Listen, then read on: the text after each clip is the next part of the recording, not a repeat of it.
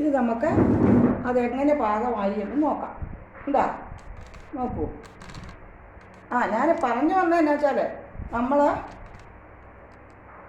കേരളീയർ 3 നേരം അരി ഭക്ഷണമാണ് കഴിക്കുന്നത്. 3 നേരം വേണേൽ 4 നേരമാകും. രാവിലെ ഇഡ്ഡലി, ദോശ, പുട്ട്, പിന്നെ ചപ്പാത്തിക്ക് ഗോതമ്പിൽ കൊണ്ടത്രേ ഡോക്ടേഴ്സ് പറയുന്നത് ഈ അരിയിലുള്ളതുപോലെ തന്നെ സ്റ്റാർച്ച്.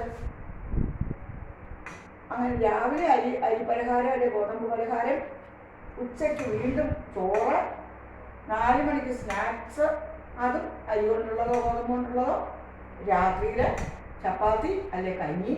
ഇതൊക്കെ നമുക്ക് ഗുണകരമായ ഭക്ഷണമേ അല്ല. അപ്പം നമ്മൾ മില്ലറ്റോ ഓട്സോ റാഗിയോ അങ്ങനെയുള്ളതൊക്കെ ഒരു നേരമെങ്കിലും കഴിക്കാൻ നിങ്ങൾ ശീലിക്കണം കേട്ടോ. ഞാൻ അതാ പറയുന്നത്. ഞാനിത് ആവിയിൽ വെച്ചിരിക്കുകയല്ലേ, ഇതെന്തായാലും നമുക്ക് നോക്കാം കേട്ടോ. ഇത് എന്തായാലും നമുക്ക് നോക്കാം. കണ്ടോ, നല്ല പാകമായി കേട്ടോ. Very good. ഇനി നമുക്കൊന്ന് മറിച്ചിടാമേ. മറിച്ചിട്ടാൽ എങ്ങനെയാകുമോ ദൈവത്തിനറിയാം. ഇവിടെ ഒന്ന് നോക്കട്ടെ. ഞാൻ പറഞ്ഞു വന്നത് നമ്മുടെ ഈ 3 നേരവും 4 നേരമുള്ള ഈ അരിഭക്ഷണം ഒന്ന് കുറയ്ക്കണം. അതുപോലെ തന്നെ നമ്മൾ ഈ വേനൽക്കാലത്ത്, അതികഠിനമായ വേനലാണിപ്പോൾ, ഈ വേനൽക്കാലത്ത് നമ്മൾ ജലാംശം കൂടുതലുള്ള ഭക്ഷണങ്ങൾ കഴിക്കണം. ധാരാളം വെള്ളം കുടിക്കണം. സംഭാരം, നാരങ്ങാവെള്ളം, ഇതെല്ലാം നിറയെ ആവശ്യത്തിനനുസരിച്ച് കുടിക്കാം.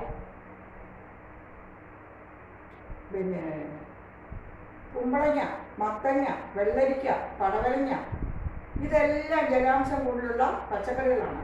ഇതിനൊക്കെ നമ്മൾ മുൻതൂക്കം കൊടുക്കണം.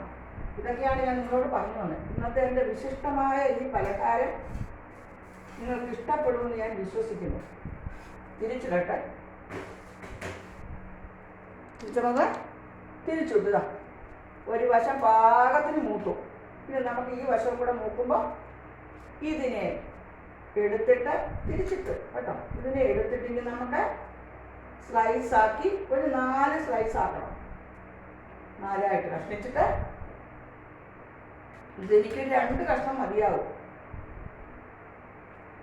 2 കഷ്ണം മതിയാവുമെങ്കിൽ ഞാൻ ബാക്കി 2 കഷ്ണം എടുത്ത് വൈകിട്ടത്തേക്ക് വയ്ക്കും. അതൊന്ന് ചൂടാക്കിയാൽ മതി. അല്ല, മിക്കവാറും ഇതിന് ഞാൻ കഴിച്ചേക്കാം. ഈ വൈകിട്ടത്തേക്ക് വെക്കുന്നതിനും ഭേദം നമുക്ക് വൈകിട്ട് ഉണ്ടാക്കാമല്ലോ. അപ്പോൾ പ്രിയപ്പെട്ടവരെ, ഈ ഭക്ഷണം ഓട്സ് കൊണ്ടുള്ള ഈ ന്യൂട്രീഷ്യസ് ആയിട്ടുള്ള, റിച്ച് ആയിട്ടുള്ള, പോഷക സമ്പുഷ്ടമായിട്ടുള്ള ഈ ഭക്ഷണം എങ്ങനെയാണ് ഉണ്ടാക്കുന്നതെന്ന് ഞാൻ ഒന്നുകൂടെ പറയാം. നമ്മുടെ വീട്ടിലെ ആവശ്യാനുസരണം, ഇവിടെ ഞാൻ 1/2 ഗ്ലാസ് എടുത്തിരിക്കുന്നത്, നമ്മുടെ വീട്ടിലെ ആവശ്യാനുസരണത്തിലുള്ള ഓട്സ് എടുക്കുക. അതിൻ്റെ കൂടെ അതിനനുസരണമായി വലിയുള്ളി, ചെറിയുള്ളി, പച്ചമുളക്, ഇഞ്ചി, മല്ലിയില, ഒരു കോഴിമുട്ട. നിങ്ങളുടെ വീട്ടിൽ എത്ര വേണോ അതിനനുസരിച്ചുള്ള കോഴിമുട്ട. ഇത്രയും ചേർത്ത് നല്ലോണം കൈകൊണ്ട് ഞെരുടി അല്ലെ സ്പൂൺ കൊണ്ട് അടിച്ച് അതിനെ അവിടെ മാറ്റി വയ്ക്കുക. ഒരു 5 മിനിറ്റ് കഴിയുമ്പോൾ ഇതിനെ എടുത്തിട്ട് നമ്മൾ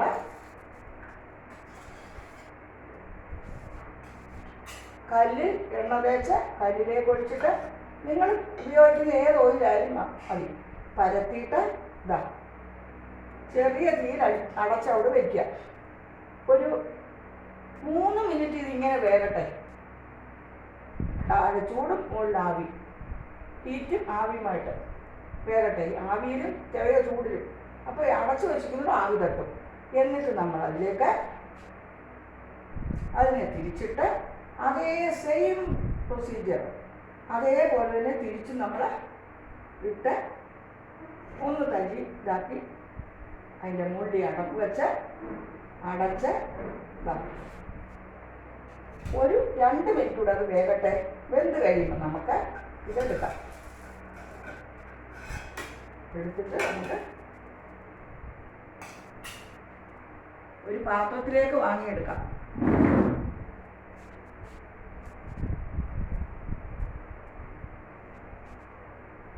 പാത്രത്തിലേക്ക് എടുത്ത് നമുക്ക് അത് സ്ലൈസ് ചെയ്യാം. സ്ലൈസ് ചെയ്തിട്ട് നമുക്ക് അത് കഴിക്കാം കേട്ടോ. ഇത് രുചികരമായ ഒരു ഗുണകരമായ ഒരു ഭക്ഷണമാണ്. രുചികരം മാത്രമല്ല, വളരെ ഗുണകരമായ ഒരു ഭക്ഷണമാണ്.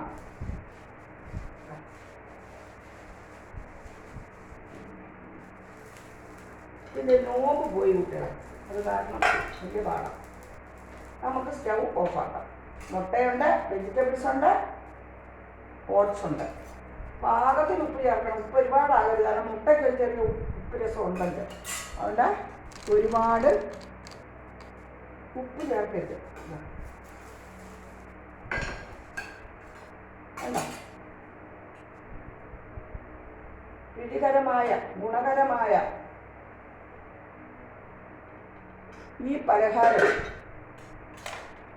നിങ്ങൾക്കെല്ലാവർക്കും ഇഷ്ടപ്പെട്ട് കാണുമെന്ന് ഞാൻ വിശ്വസിക്കുന്നു.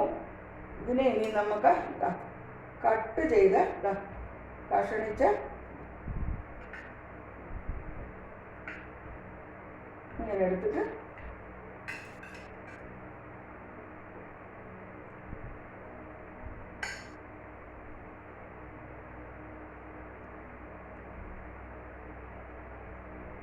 നമ്മുടെ ഇഷ്ടത്തിനുള്ള വലിപ്പത്തിൽ സ്ലൈസ് ചെയ്യുക കേട്ടോ.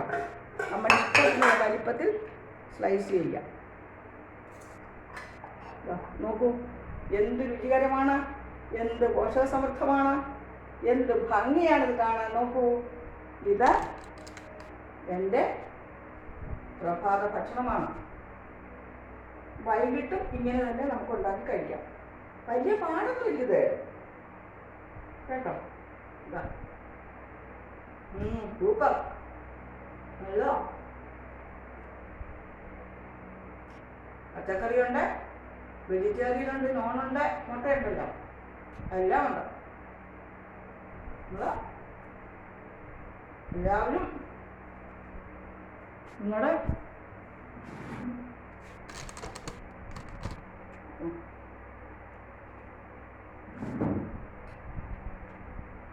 ഒരു നേരത്തെങ്കിലും ഭക്ഷണമായിട്ട് നിങ്ങൾ കഴിക്കണം എന്ന് നിങ്ങളോട് എല്ലാവരോടും ഞാൻ പ്രത്യേകം അഭ്യർത്ഥിക്കുന്നു. ഇഷ്ടമാണെങ്കിൽ ലൈക്കും കമൻറ്റും ഒക്കെ അടിക്കണം കേട്ടോ. നിങ്ങളൊക്കെ ഇതുണ്ടാക്കി കഴിക്കണം. ഒന്നുകൂടെ പറയണം, നമ്മുടെ വീട്ടിൽ ആവശ്യാനുസരണത്തിലുള്ള ഇത് 1/2 ഗ്ലാസ്സാണ്. ഈ 1/2 ഗ്ലാസിൻ്റെ കണക്ക് ഞാൻ പറയാം. ആവശ്യാനുസരണമുള്ള ഇത് 1/2 ഗ്ലാസ് ഓട്സ്, ഒരു കോഴിമുട്ട, ഒരു 1/2 ക്യാരറ്റ് പൊടിയായിട്ട് അരിഞ്ഞത്, ഒരു ചെറിയ തക്കാളി പൊടിയായിട്ട് അരിഞ്ഞത്, ഒരു പച്ചമുളക് അരിഞ്ഞത്, പിന്നെ ഒരു തക്കാളി ചെറുത് അരിഞ്ഞത്,